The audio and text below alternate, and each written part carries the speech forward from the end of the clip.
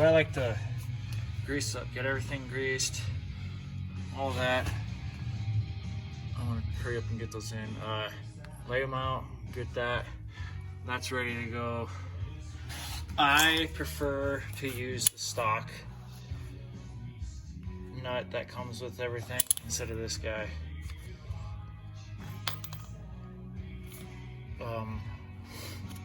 I've had a couple of these at different brands, and then I went to Moog, and these guys have done pretty good, so I still prefer the stock nuts on the hub assembly CV axle. So I'm gonna hurry up and get those in since I got the Loctite on them and get them ready to go. And what I'll do is I'll get it in kinda, I'll probably open this a little, because you don't wanna totally, you don't wanna pull those apart too much, because they'll come undone inside, and you don't want to go there. It's not horrible, you can get it back together, but sometimes there's just something about it if you don't get it in right. So I'll feed it in here, I'll get the nut kind of set on it, hand tighten, and then I'll get these guys in, and then I'll probably tighten this guy up here, and then I'll torque these guys down. I do want to add, I like to put extra grease in there, whether say you are supposed to or not. I do it because any excess will push it out, and then you wipe it clean, but you just know that there isn't any contact around here with, I believe, here. So I use this gun to put my lug nuts on. Mine, and I think my wife's are 140 on her Durango, her 06. Not 100% sure, but this, if I just kind of, you know, kind of get a little, but not like overdoing it, and kind of be aware of what I'm doing. It's below 150, and then I go through and it's like about perfect for me torquing my lug nuts down. So if this is 190, I should be able to just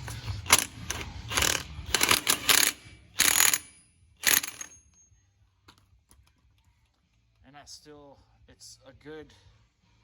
it's tight, it's good, but it's also, I'm not going to be able to torque this without it being on the ground. So that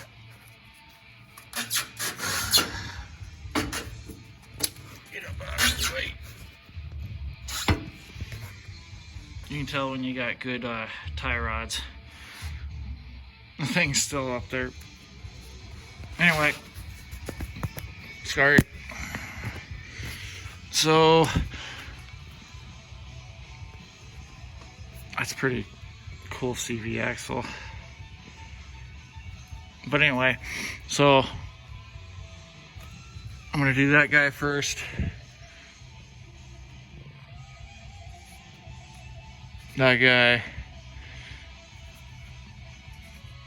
That guy.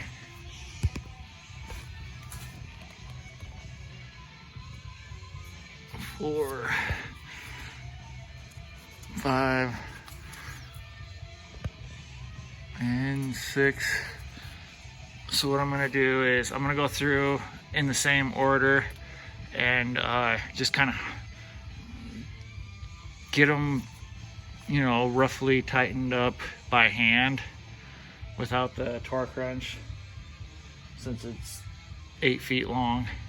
And then when I feel comfortable that they're good, I will get in there and torque them back down to 60, I believe it was, again. Which, sorry for the, so here, there's probably too much glare. It's shiny. I got grease on this. Alright, that's not the side I want. Alright, F word.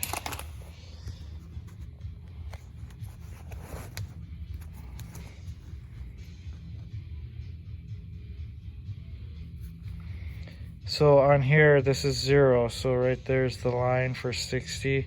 If I were to turn it to here, that would be 3, 4, and then round if you're not familiar with this. So, but anyway, we're 60. Just remember, this is not a breaker bar. And, so torquing these guys at 660. It's kind of a pain, especially when you don't have a truck on the ground on wheels, which I got this guy kind of tight. I think I might go the same route that I'm doing now, but I just got my breaker bar in here, and then I'm kind of using my leg to do this. So I took a soft wire wheel grinder and took this down a little bit. I'll get that powder coated or sandblasted something one day. I got the brake pads chilling there. Got the caliper sitting, got brake where the ABS ran up. They did not mention that bolt and the one on the other side. Back, you see back in there, on tightening it, which it needed to be done before this, which I might have missed it in the reading. I kind of, I don't know. Anyway, what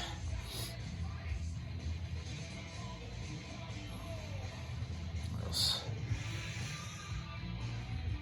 Yeah, I'm gonna leave the dust shield off for now.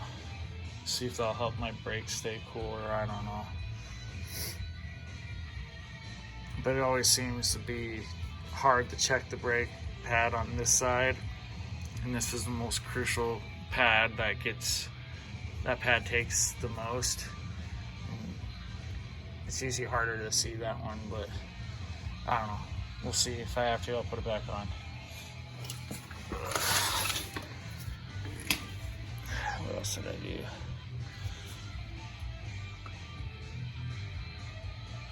I did torque those ones though down to, I think it was 70 that the other ones on the other side had.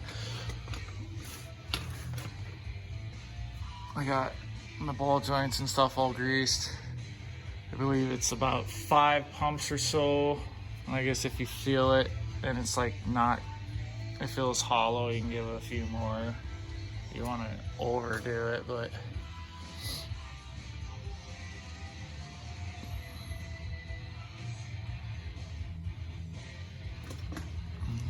it's coming along.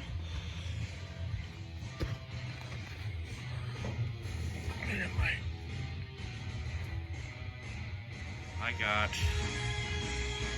tie rods hooked up. I got the brake lines repositioned-ish. I guess I can go in there and adjust this one a little more. I gotta just carefully straighten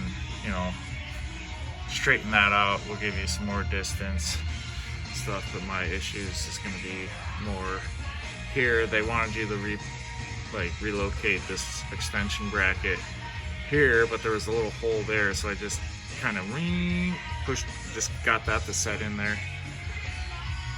And then they say to cut a little bit of the tie rod ends off. It's like, why would you want to do that? Because I got Moog on here and they got a lifetime warranty, so I'm gonna cut them up. I'm gonna end up ruining my warranty. And you can tell, I don't know, they're towed in enough where I know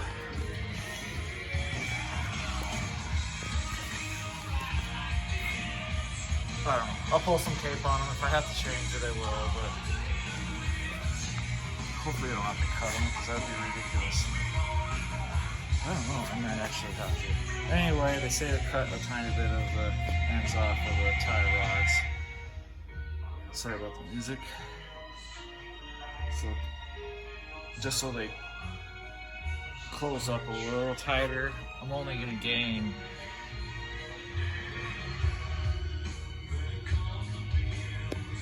I can tighten it up, but I guess I do have a little bit more here.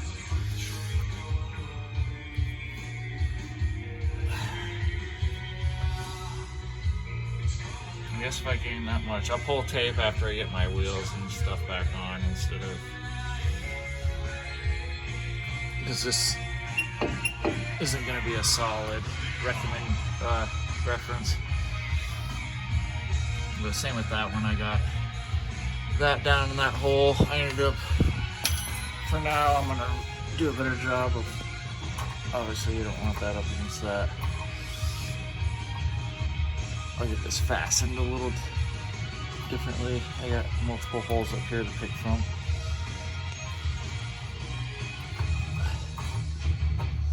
I'll figure that out. I'm all done in here. I just got to torque this guy down. I think it was 65. Same with the other side.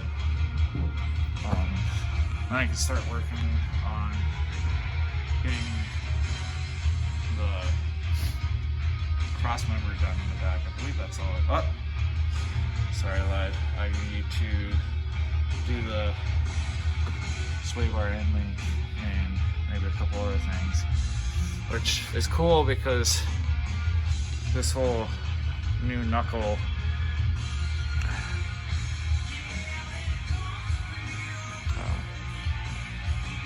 I guess if I do go up with my suspension here for my torsion bars, there's a good chance that since this goes up, this is going to straighten out, so it actually will kick everything out. So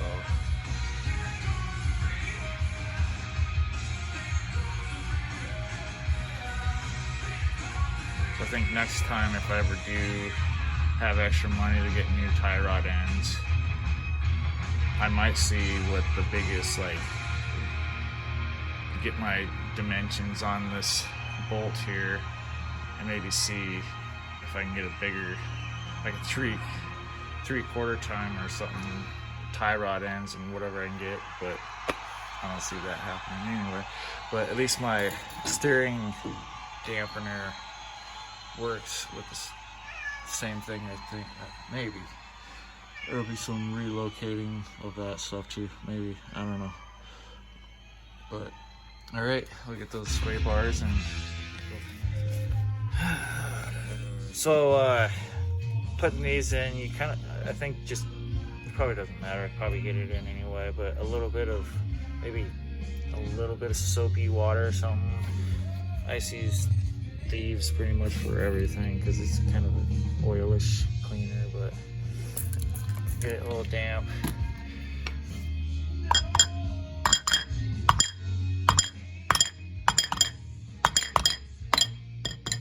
Kind of tap her.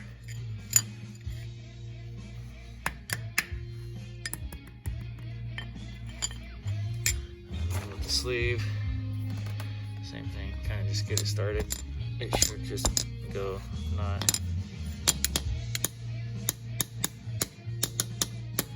splish splash.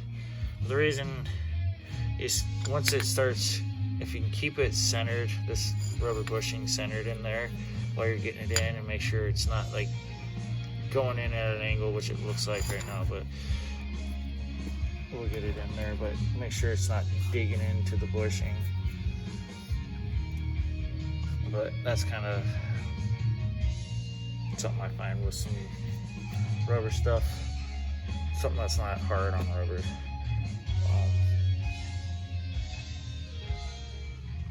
Alright, so the lower sway bar end link,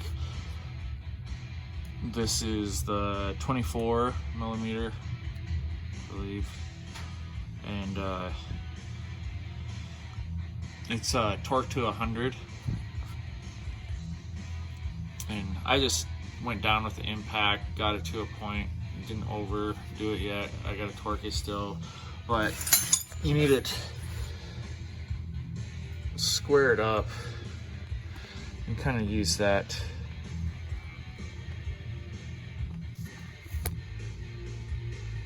the outside here maybe as your reference for straight up and down, but you want it square here.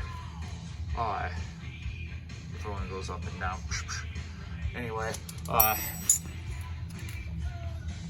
as you get it, if I'm getting this ran up first, sorry, with the impact, and then get your wrench on here, and then you can,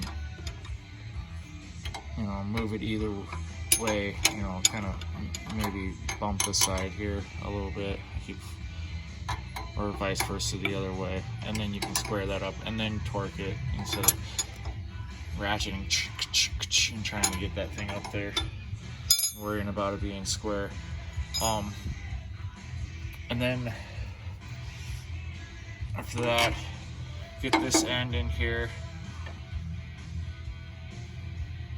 and then piece up here. I'll show you afterwards. Let's get to try doing this. So it might spin out of there.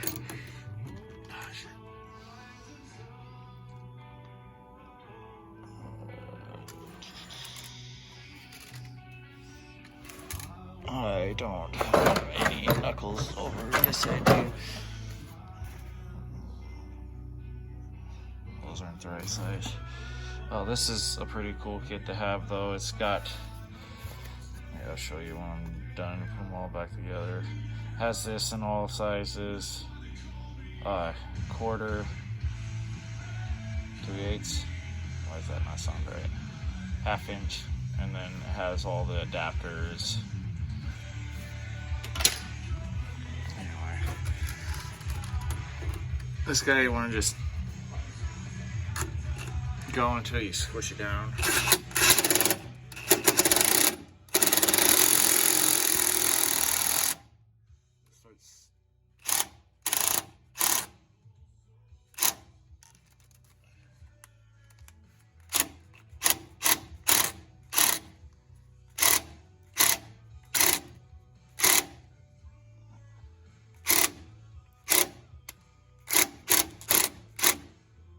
You see the gap in there? Right in here, there's still a little gap.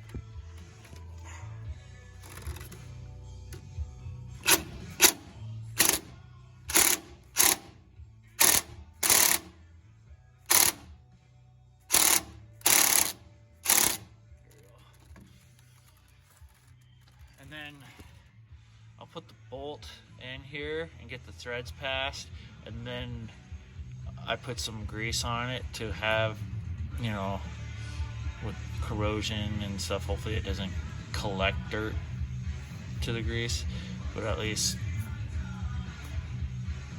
it's got something in there. And then I'll tighten it down. That way, if I put it on just